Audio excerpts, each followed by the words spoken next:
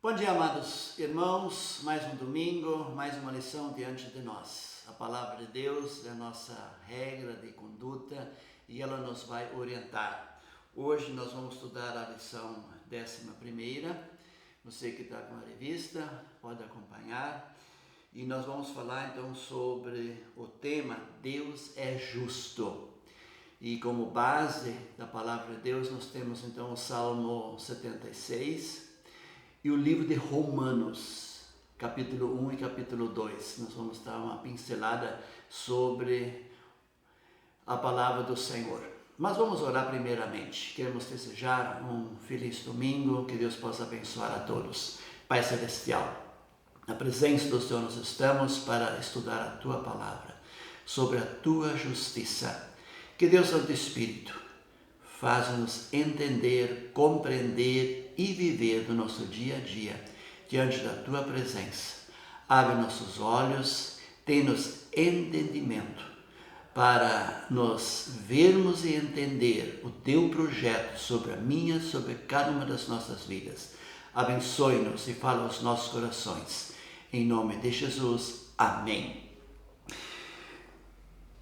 O texto áureo, ele está em Romanos, capítulo 1, versículo 17, onde a palavra de Deus nos diz: porque nele se descobre a justiça de Deus, de fé em fé, como está escrito, o justo viverá da fé. Este é o texto áureo que nós vamos passar esta manhã. O tema que nós falamos, Deus é justo.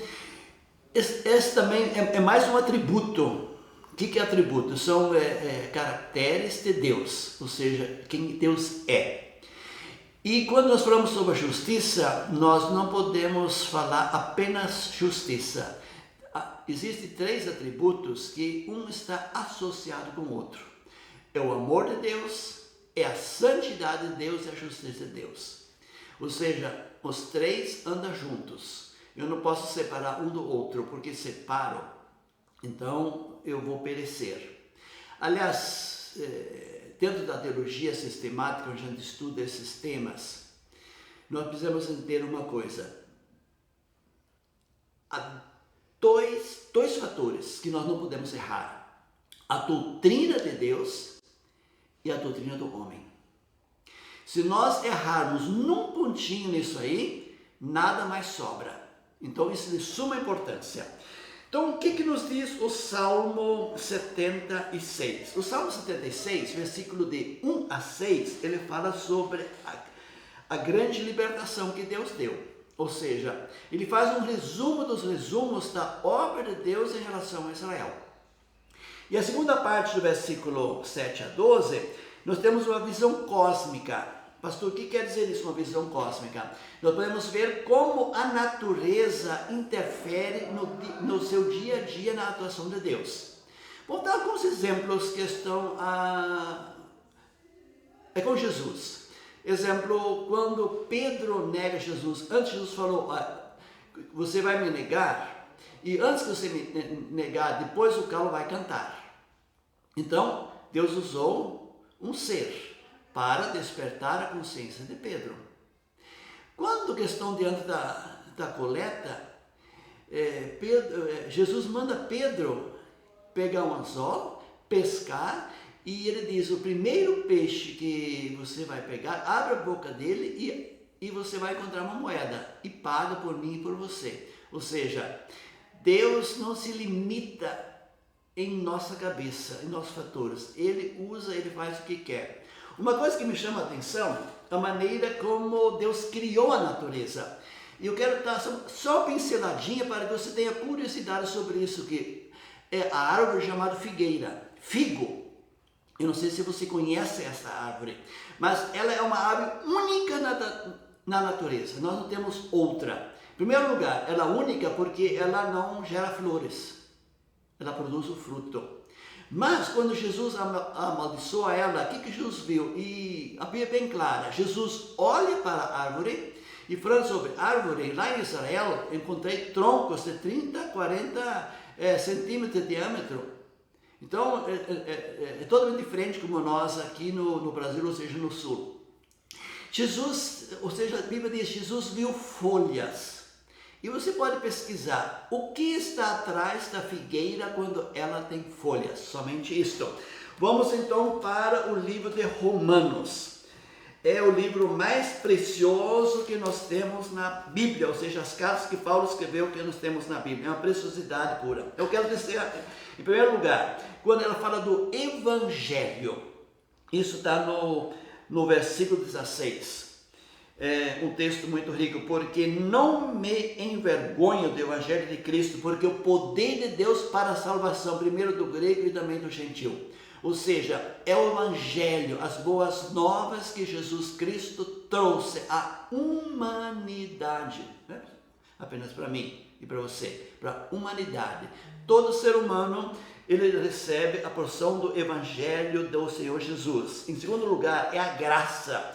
Versículo 5 nos fala sobre a graça, pelo qual recebestes a graça e o apostolado para a obediência. Ou seja, a graça, algo imerecido que Deus nos dá para cada um de nós, através do Evangelho. Em terceiro lugar, nós temos a fé. Esse está no versículo 17, aliás, no versículo 17 nós temos N pontos lá, porque nele se manifesta a justiça de Deus. Por isso é o texto base para nós, mediante a fé em fé, porque o justo, esse foi tirado lá em Abacuque, capítulo 2, versículo 5, de fé em fé o justo viverá. Então, pela fé. Em quarto lugar, temos a salvação. Precisamos esclarecer alguma coisa. A palavra soe, a palavra grega salvo, ela sempre vem na Bíblia no auristo. Pastor, o que é isto? Auristo quer dizer, eu fui salvo ontem, eu sou salvo hoje, eu serei salvo amanhã. Ou seja, uma coisa contínua. Ou seja, essa salvação em Jesus eu preciso viver. Volta novamente para o terceiro ponto, que é a fé. A fé da salvação, que para mim vai fazer agora, dia 16 desse mês, 53 anos, essa já foi. Essa fé não existe mais. É importante nós sabermos isso aqui. Esse ato da fé, quando Jesus entra pela fé no meu coração, foi um ato. Essa fé foi. Agora, questão da salvação, algo contínuo, é uma fé da permanência em Jesus na minha e na sua, nas nossas vidas. De nós nos usufruir, de nós nos gozarmos, de nós nos vivermos. E a palavra de Deus, aí eu volto no Salmo 1, o Salmo 1, ele é riquíssimo. Ou seja, entre 150 salmos, ele não poderia estar em nenhum outro lugar, tem que estar lá no primeiro. Porque ele fala da justiça de Deus, ele fala do caminho do justo e do caminho do ímpio. Ele fala das bênçãos de Deus àqueles que obedecem a Deus. Aí no versículo 17 do capítulo 1 de Romanos, também fala sobre obediência. É outra questão muito rica, isso está em quinto lugar já. Nós precisamos obedecer, ou seja, ao Evangelho, esta graça, esta fé, esta salvação. Só há um ato da nossa vida, na sua vida, obediência. Obediência absoluta a Jesus, o nosso Senhor. Aí entra a ação do Espírito Santo de Deus que nos auxilia. Romanos 8 chega a dizer que ele intercede por nós, ele nos ajuda, ele nos capacita para que nós possamos viver do nosso dia a dia Jesus. Esta é a riqueza da salvação. Esta preciosidade que nós temos, este antegozo da eternidade. De nós, neste mundo onde nós estamos, nesse cosmos onde nós estamos, nós vemos diferentes. Eu como salvo, eu preciso viver, eu preciso pensar, eu preciso agir, eu preciso falar diferentes. Isso tem que ser um propósito no meu coração. Aonde eu estou, eu quero ser uma diferença. No livro de Romanos, ou seja, na carta de Romanos, capítulo 1, versículo 18 a 32, alguém falou assim, se nós não tivéssemos essa declaração nesses versículos, a Bíblia não seria completa. Aqui temos então os fatores do homem corrupto. E aí nós precisamos aprender uma coisa sobre a justiça. Nós, seres humanos, muitas vezes pensamos, se alguém me faz mal, a gente pega, Deus castiga-o. Deus não vai castigar ele. Nós não temos tempo para falar sobre isso, mas Deus não age assim. Você pode viver na sua vida. Alguém pisou no seu pé, fez alguma coisa mal, Deus não castigou essa pessoa. Deus não eliminou essa pessoa. Ou seja, a graça de Deus foi para que essa pessoa também fosse alcançada para Jesus. Se Deus agisse assim, nós não tivéssemos um Paulo na Bíblia, porque Deus tivesse matado Saulo, porque ele foi o matador de todos os irmãos da igreja.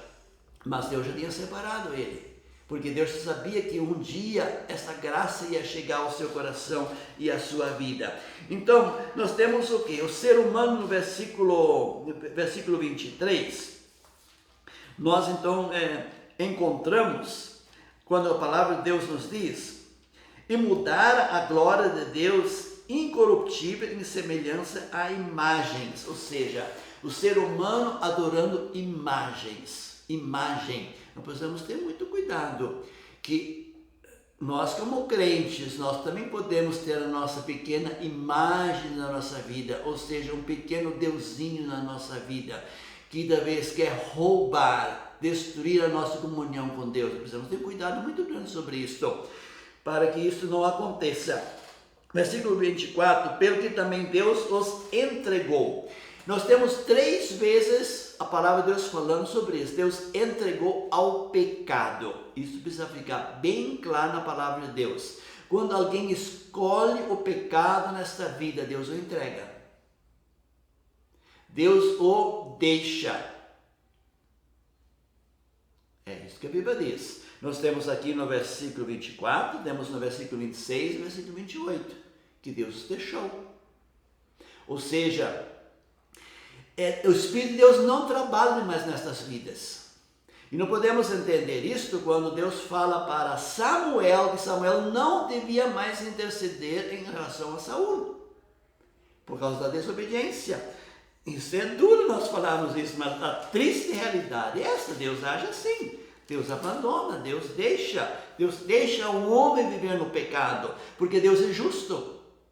Ele recompensa tanto, ou seja, existem 2 recompensas. Ele recompensa aquele que vive a justiça de Deus, ele recompensa aquele que não vive dentro da justiça de Deus. Ele causa o pecado abundantemente. Aí, em segunda questão, entra a questão da sexualidade, ou seja, a depravação sexual.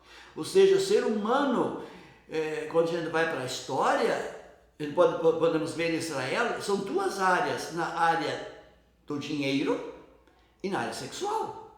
Se nós olharmos nosso Brasil, fizemos uma análise do nosso Brasil, grande parte é isto: a depravação, questão do dinheiro e a questão na parte da sexualidade. E nós precisamos ter muito cuidado. Como está a sua vida em relação à pornografia?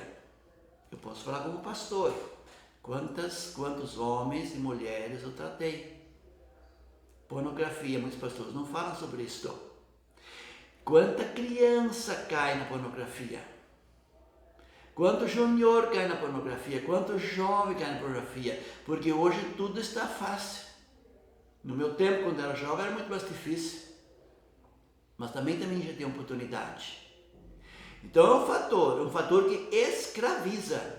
Eu não tenho vergonha de falar isso, eu estou ajudando pastores nessa área. O diabo não poupa ninguém. O diabo não poupa ninguém. Feliz é aquele que procura o seu pastor. Eu preciso de ajuda, eu preciso sair disso aí.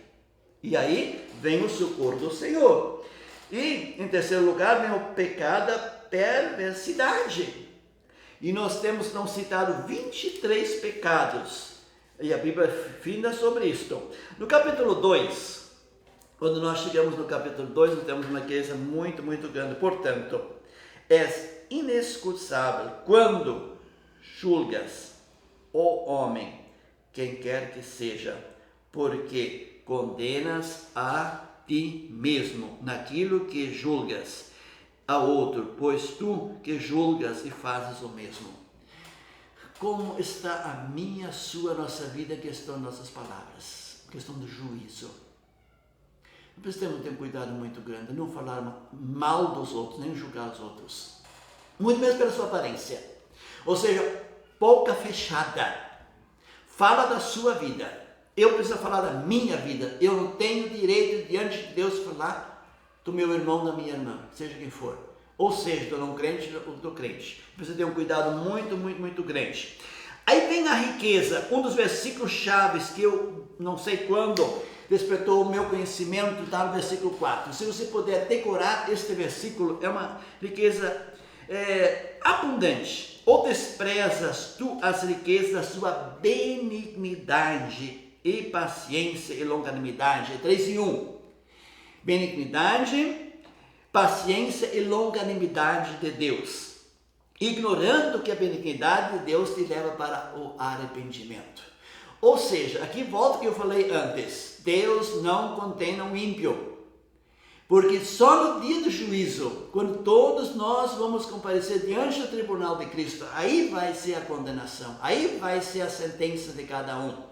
O inferno não vai ser igual a todos, nem o céu vai ser igual a todos. Vai ser segundo o que nós fizemos aqui na terra. Porque a benignidade, a paciência e a longanimidade de Deus chega a qualquer coração. Por isso, quando nós olhamos no Velho Testamento, especialmente lá com os Salmos, eles pedem que Deus condene, que Deus mate. No Testamento nós não temos isso, não temos direito sobre isso. Nós precisamos pedir, Senhor, tem misericórdia, fulano, ciclano. Alguns governantes nossos dizem, Senhor, tem misericórdia dele, para que ele chegue ao conhecimento da verdade, venha se arrepender. Como temos alguns parlamentares que se arrependeram dos seus pecados, de tudo aquilo que eles fizeram na sua vida, na sua trajetória aqui neste mundo.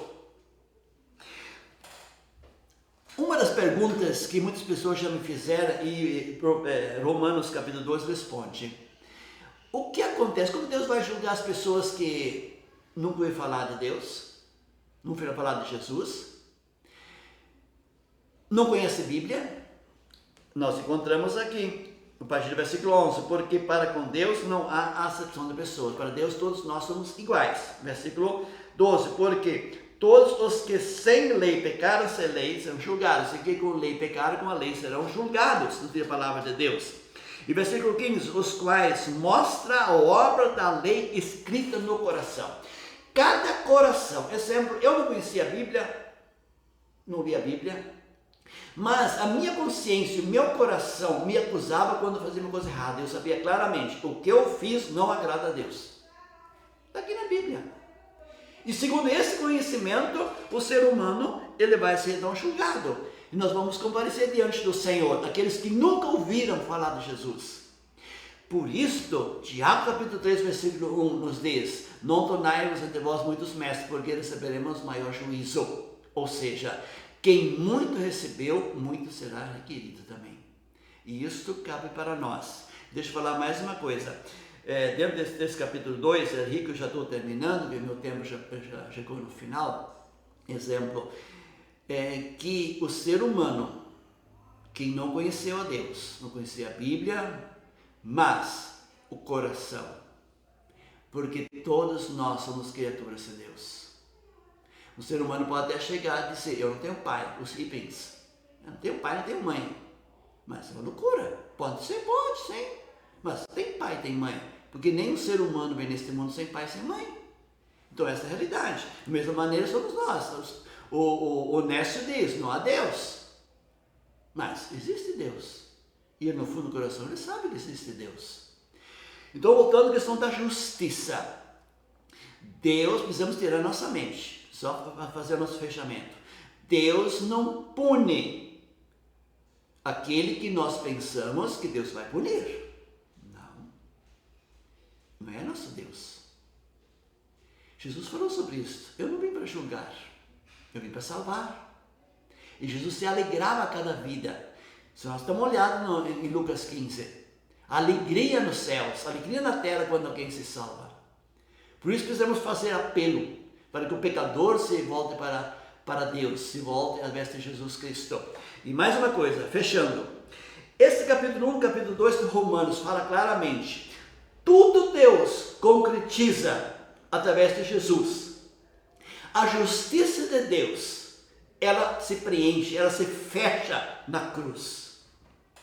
Sem a cruz não há justiça. Com a cruz, a justiça de Deus se fecha. em relação ao todo ser humano. Por isso, todo ser humano precisa confessar a Jesus Cristo como o Senhor e Salvador da sua vida. Ou seja, como Salvador e Senhor da sua vida. E a cruz, a gente pode fazer um resumo. A cruz, o resumo da cruz chama-se obediência. E nós só chegamos lá em Filipenses. Jesus foi obediente de morte, morte de cruz. A obediência de Jesus é o sinal para a minha vida que a justiça de Deus se realizou através de Jesus. Aí temos uma palavra grega, telemai, está consumado. Tudo que Deus queria fazer para mim, pobre pecador, para você, pobre pecador, Deus consumou através da cruz. Telemai, está consumado. Deus fechou a salvação em relação ao ser humano. Aí vem qual é a resposta do presente de Deus em relação a nós. Eu gosto de usar uma palavra que chama-se presente. O que a gente pode fazer com o presente? Você propõe no seu coração dar um presente para o pastor Erno. Disse, pastor, eu trouxe um presente para o Senhor. Eu posso fazer duas coisas. Eu posso dizer obrigado, eu não preciso. E eu posso dizer muito obrigado, eu aceito com grande amor, com grande carinho o presente que você me dá. E eu vou usar esse presente. Essa é a realidade da salvação. Ou eu aceito ou eu rejeito. Por isso os judeus não salvaram, porque em Lucas 19 a Bíblia nos diz, os judeus falam, nós não queremos que ele reine sobre nós. Ponto, final. Este é o pecado contra o Espírito Santo, que não há perdão. Como Deus vai perdoar aquela pessoa que não quer? Só existe perdão para a pessoa que se achega a Jesus. E se rende a Jesus e diz, Senhor Jesus, reina na minha vida. Que o Senhor possa ser o Senhor da minha vida. Hoje e para todo sempre. Esta é a justiça de Deus. Quando o pecador aceita Jesus, a justiça de Deus se manifesta e ela se completa na vida dele. Que Deus possa abençoar, que nós podemos viver esta justiça no nosso dia a dia, diante da presença do Senhor. Que Deus nos ajude. Pai Celestial, Pai querido, obrigado pela Tua palavra. Neste mundo que nós vivemos, nós temos pessoas que lhe seguem, assim como o Salmo 1. O justo, aquele que medita na Tua palavra, aquele que é abençoado pelo Senhor. E temos o ímpio, aquele que rejeita o Senhor. Mas muitos desses ímpios hoje, amanhã também chegam ao pleno conhecimento da verdade em Cristo. Ó Deus, que Deus Santo Espírito possa trabalhar e possa nos usar como instrumentos dóceis nas Tuas mãos para falar deste Evangelho, que eu e nós não venhamos nos envergonhar, mas com ímpeto, com alegria, com prazer, venhamos anunciar a Jesus, o Salvador, o Redentor, aquele que veio para perdoar. Ó Deus, abençoe os meus alunos. Esteja a Tua graça presente em cada coração. Abençoe nesse dia e abençoe-nos nessa semana. Ó Deus, abençoe o nosso Brasil, abençoe a nossa pátria. Nós estamos no mês de setembro, Senhor. Ó, a pátria para Jesus. Cristo a única esperança, Cristo a única esperança, que muitas e muitas pessoas possam encontrar esta viva esperança nos seus corações. Que o seu coração enche dessa alegria, dessa graça, deste poder, do agir do Espírito Santo de Deus sobre cada coração, para a justiça do Senhor e para a alegria de cada vida. Em Teu nome, Jesus, nós oramos. Amém. Deus nos abençoe, Deus dê a sua infinita graça a cada um de nós. Amém.